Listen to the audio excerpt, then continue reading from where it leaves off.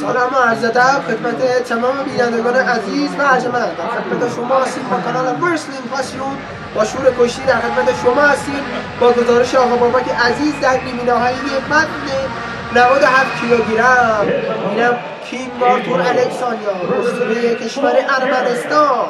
این کشتیگیر فوق‌العاده رقیب اصلی هادی سارمی، جایی که هادی سارمی در المپیک پاریس تونست بعد از 3 شکست در مقابل این کشتیگیر رو شکست بده و حالا این کشتیگیر اومده که در اینجا ارزندام خودش رو دوباره نشون بده و طلا بگیره. در نیمه‌نهایی مقابل یک کشتیگیر خوب از کشور بلغارستان کشتی خواهد گرفت.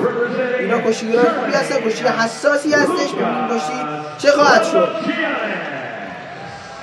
دوستان کانال ما رو حتما سابسکرایب کنید و اون زنگوله بغلش هم بزنید که هر موقع ویدیو گذاشتیم از ویدیوی ما باخبر بشید. بریم بپردازیم به کشتی جذاب با گزارش آقا بابک عزیز از پیج اینستاگرامی خودشون گزارش میکنم و ما این کشتی رو برای شما بارگذاری کردیم.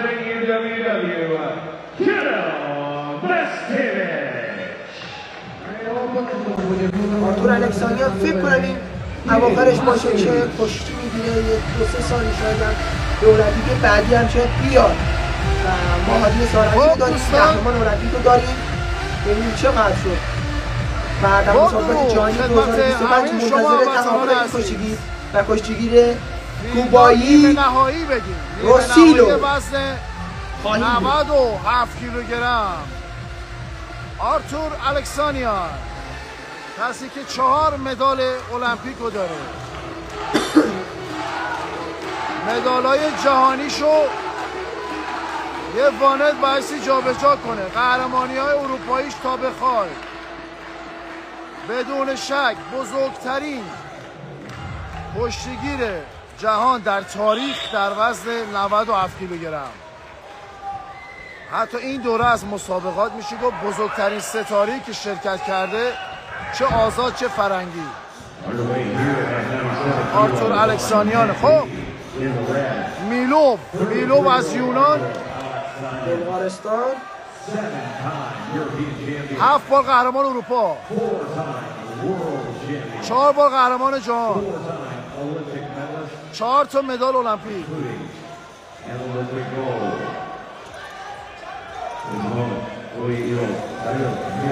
میلوف رقیب بود، قهرمان اروپا،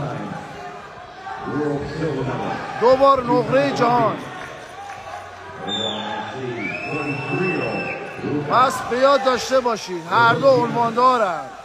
آرتور الکسانیا در 2012 لندن کشتیگیر بلدوریه و در 2016 طلا گرفت و قرص محکم جلوش وایساده. 2024 نقره گرفت. نگران این نیست معمولا آرتور الکسانیا، 2016 نگران این نیست اول طلا مقدار رو گرفت، بهش بدن یا ندن. برنز گرفت، 2020 توکیو نقره گرفت و 2024 پاریس هم نقره گرفت. هر 4 تا کشتیگیر رو 2 تشک هر 4 تا المپیک مسابقه دادن. کشتیگیر بلاروس هم خیلی خطرناکه، ماسکویچ. ببینیم اینجا چه میکنه. اونور ماسکویچ در مقابل لازوگیناسی آلمانی. اینجا میلوف میاد از بغل لیفت میکنه آرتور الکسانیا رو، نمیتونه. آرتور یه لحظه فکر کرد داره لیفت میشه، حالا اومده از بالا کار کنه. حالا میره سر گردن آرتور رو دستاش کار میکنه، اجازه کار رو نمیده. داور سرپا میده اینجا. صدای آرتور میاد، کل سالن دوستش دارن. مربی بلغارستان به میلوف میگه تا میتونی حمله کن. یک امتیاز میلوف جلوه به خاطر اخطاری که به آرتور الکسانیان دادن. شما کشتی رو از اینستاگرام بنده بابک رسلینگ در اینستاگرام میبینید و ما به هیچ کانال یوتیوبی اجازه ندادیم کشتی ها رو پوشش بدن. البته این فیلمی که ما خودمون پخش میکنیم. خب تشک کناری 2 امتیاز به 2 بند قرمز کشتیگیر آلمانی دادن. اینجا 1-0، 35 ثانیه مونده به اتمام 3 دقیقه اول. اخطار اولم به آرتور الکسانیان دادن. یک امتیاز میلوف جلوه. بیاد داشته باشی قانون جدید کشتی فرنگی اینه، کسی که اول امتیاز میگیره برنده اونه. یعنی اگر این کشتی 1-1 تموم شه برنده میلوف خواهد بود. دیگه برعکسش کردن، قبلا اونی که دومی رو میگرفت بود. اینو در مسابقات اروپایی امتحان خواهند کرد ببینن چه خواهد شد. وقت اول به پایین میرسه.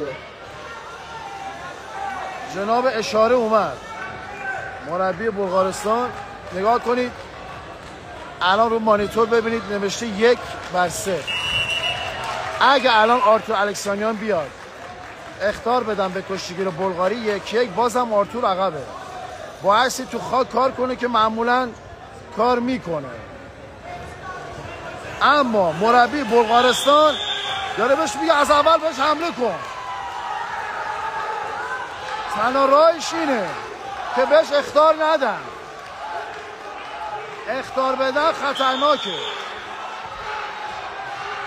و میلوف داره سفت و حالا آرتور یه لحظه میاد دستو بزنه. دو دست یه دست رو گرفته، در اختیار گرفته آرتور الکسانیان. محکم مقابلش وایستاده، قرص و محکم. میلوف هم سعی میکنه که کار کنه بهش اخطار ندن. یه لحظه ضربه زد تو سر آرتور الکسانیان. داور اشاره‌ای داره میده به دوبند آبی. 2 دقیقه و 30 ثانیه. 2 دقیقه و 30 ثانیه.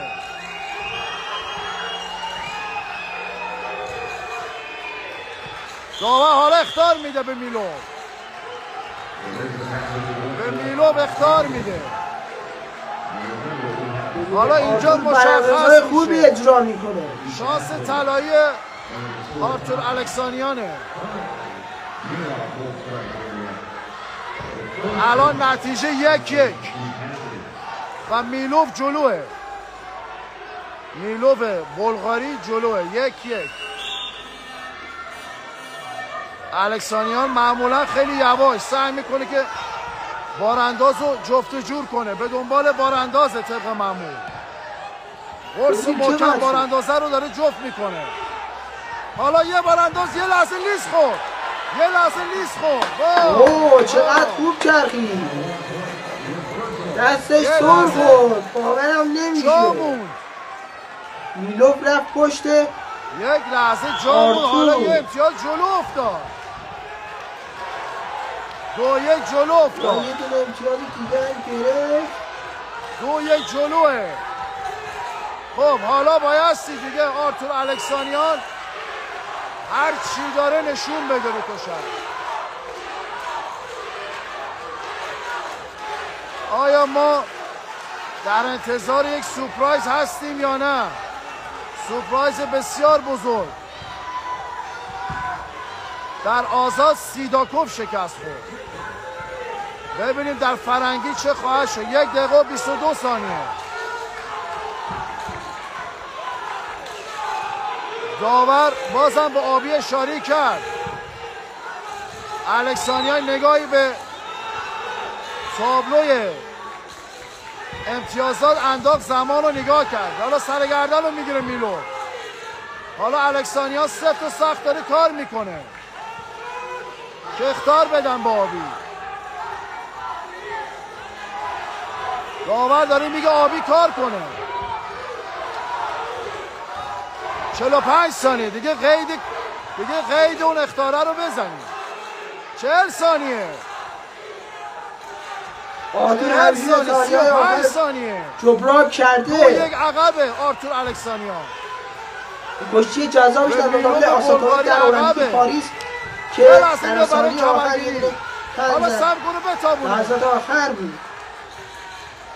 20 ثانیه. یه لحظه غفلت کرد اومد بارانداز بزنه. جامون. الکسانیان 10 ثانیه وقت داره. 6 ثانیه.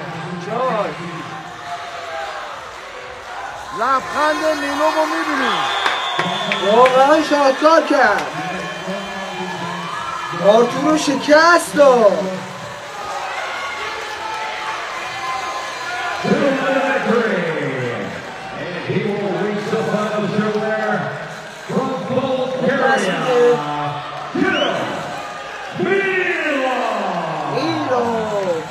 عجب دستش با قول 2-1 میلوف میبره.